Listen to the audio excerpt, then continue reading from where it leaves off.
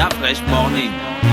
Kiabi, la marque de mode à petit prix pour toute la famille, arrive au Gabon. Venez découvrir les collections tendances pour habiller toute la famille sans vous ruiner. Femmes, hommes, enfants, bébés, il y en a pour tous les goûts. Découvrez nos t-shirts filles ou garçons à seulement 3500 francs CFA ou encore ces barboteuses à 4500 francs CFA pour vos tout petits. Craquez pour notre collection de t-shirts hommes à partir de 5500 francs CFA ou cette robe colorée à 6900 francs CFA. Chez Kiabi, la mode rime toujours avec petit prix. La Fraîche Morning. Avec Jean-Paul, ce matin, on parle d'actualité internationale. Jean-Paul, bonjour. Bonjour la fraîche. Comment tu vas? Ça va très Bien bien. à la forme? Oui, très bien. Alors, tu as une chemise remplie de cœur. Tu traverses un océan d'amour ou quoi? Non, j'ai toujours traversé un océan d'amour depuis bientôt 10 ans. D'accord, ok. Voilà. N'est-ce pas? J'aime entendre les choses comme ça. On parle d'actualité internationale. Oui, on va s'intéresser justement à la procédure de destitution lancée par les démocrates aux États-Unis. Vous avez bien compris, il s'agit de l'impeachment. Cette semaine a été rendue publique l'audition accordée dans le cadre de cette enquête-là, l'audition parlementaire entre l'actuel ambassadeur des États-Unis auprès de l'Union européenne, donc M. Gordon Sondland, et la commission d'enquête parlementaire de la Chambre des représentants, qui est à majorité démocrate.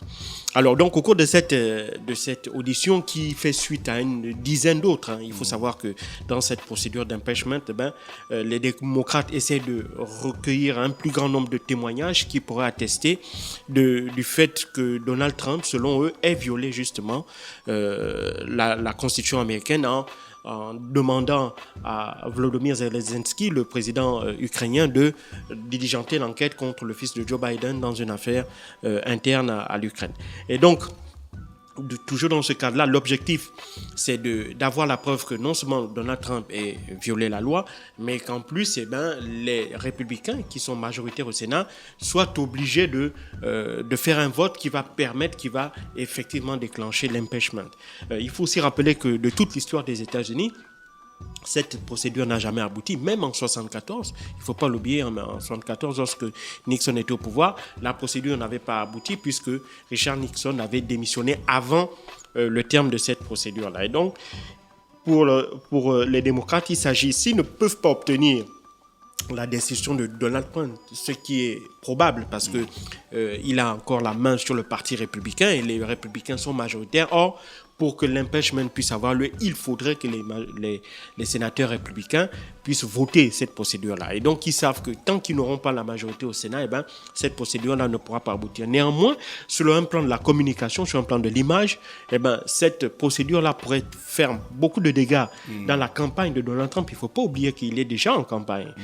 Donc, ça pourrait faire beaucoup de dégâts et ça pourrait amener les électeurs issus des Twin States, donc les partis pivots qui lui avaient accordé leur suffrage il y a 3 ans et demi, ça pourrait les inciter à retourner leur veste et cette fois-ci à accorder leur confiance plutôt à un candidat issu du Parti démocrate, étant donné que Donald Trump est candidat à sa propre succession.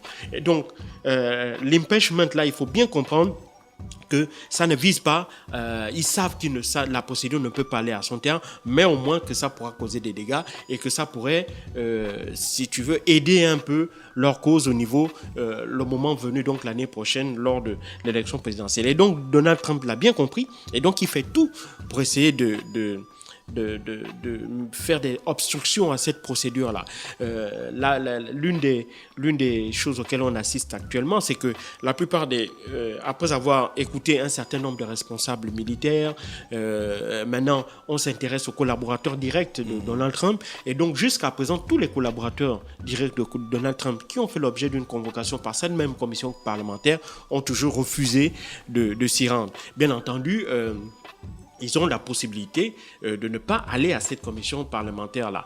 Le directeur de cabinet de Donald Trump, le président du Conseil national de sécurité, le responsable, l'agent de liaison entre la Maison-Blanche et la CIA, etc. Donc, tous ces gens-là qui techniquement étaient au courant de l'affaire ou techniquement étaient présents dans la salle lorsque Donald Trump avait passé son coup de fil au président ukrainien, tous ces collaborateurs de Donald Trump là, jusqu'à présent, aucun n'a daigné se rendre à une convocation de la commission parlementaire.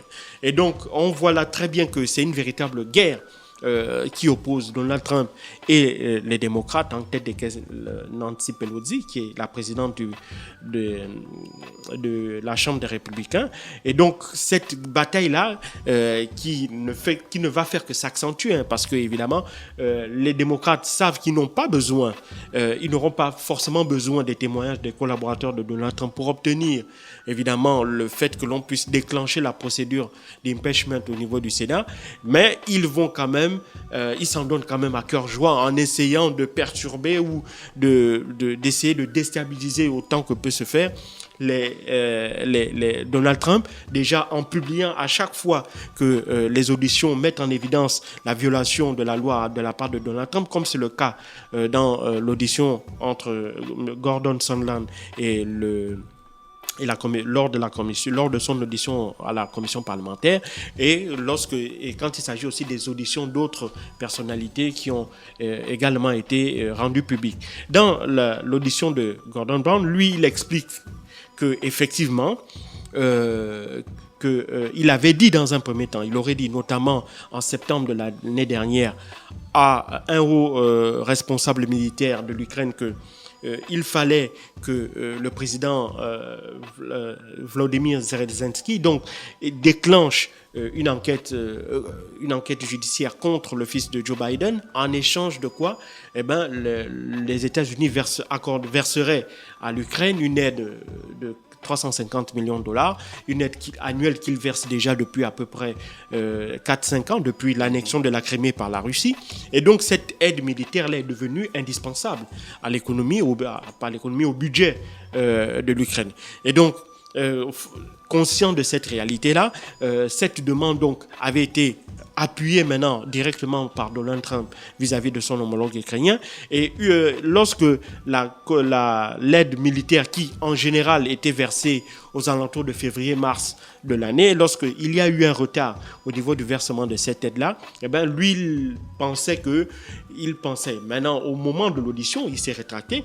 Il dit qu'il pensait que le retard constaté dans le versement de cette aide-là n'était pas dû au fait qu'on demandait au président Zelensky de diligenter une enquête, mais c'était plutôt dû au fait que les États-Unis considéraient que le gouvernement ukrainien ne gérait pas bien les deniers publics parce que c'était un gouvernement corrompu. Et donc, il demandait un peu au gouvernement ukrainien, donc au président de la République, Zelensky, de faire un peu le ménage au sein du gouvernement et au sein de la haute administration afin de donner des gages de bonne gouvernance aux États-Unis. Et donc, tant que les Américains, selon toujours l'actuel ambassadeur des États-Unis auprès de l'Union européenne, pour lui, c'était l'attente de gages de bonne gouvernance de la part du gouvernement ukrainien qui était à l'origine du retard constaté dans le versement de cette aide militaire-là.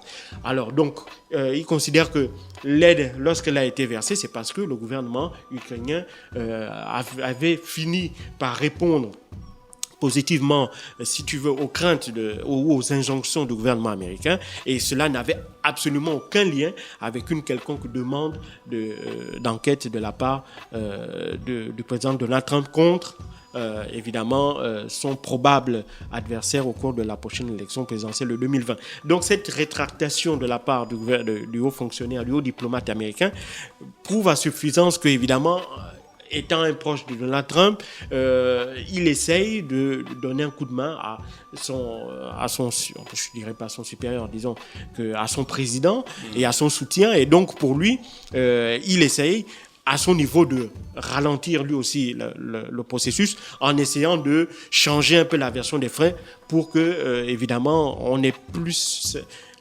les démocrates aient plus de difficultés à pouvoir démontrer que, évidemment, il y a eu une violation de la loi. Mais dans le fond, cela ne changerait pas grand-chose au regard de l'ensemble des témoignages qui ont déjà précédé celui de Gordon Sondland. Et il est clair que les démocrates vont recommander, bien entendu, un vote au Sénat pour lancer la procédure de destitution qui, à mon avis, n'aboutira pas pour les raisons que j'ai déjà dites.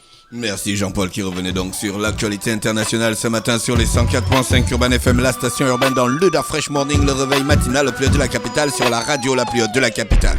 Faites le plein d'énergie avec le Da Fresh Morning offert. Kiabi, la marque de mode à petit prix pour toute la famille, arrive au Gabon. Venez découvrir les collections tendances pour habiller toute la famille sans vous ruiner. Femmes, hommes, Enfants, bébés, il y en a pour tous les goûts. Découvrez nos t-shirts filles ou garçons à seulement 3500 francs CFA ou encore ces barboteuses à 4500 francs CFA pour vos tout petits. Craquez pour notre collection de t-shirts hommes à partir de 5500 francs CFA ou cette robe colorée à 6900 francs CFA. Chez Kiabi, la mode rime toujours avec petit prix. Da Fresh Morning.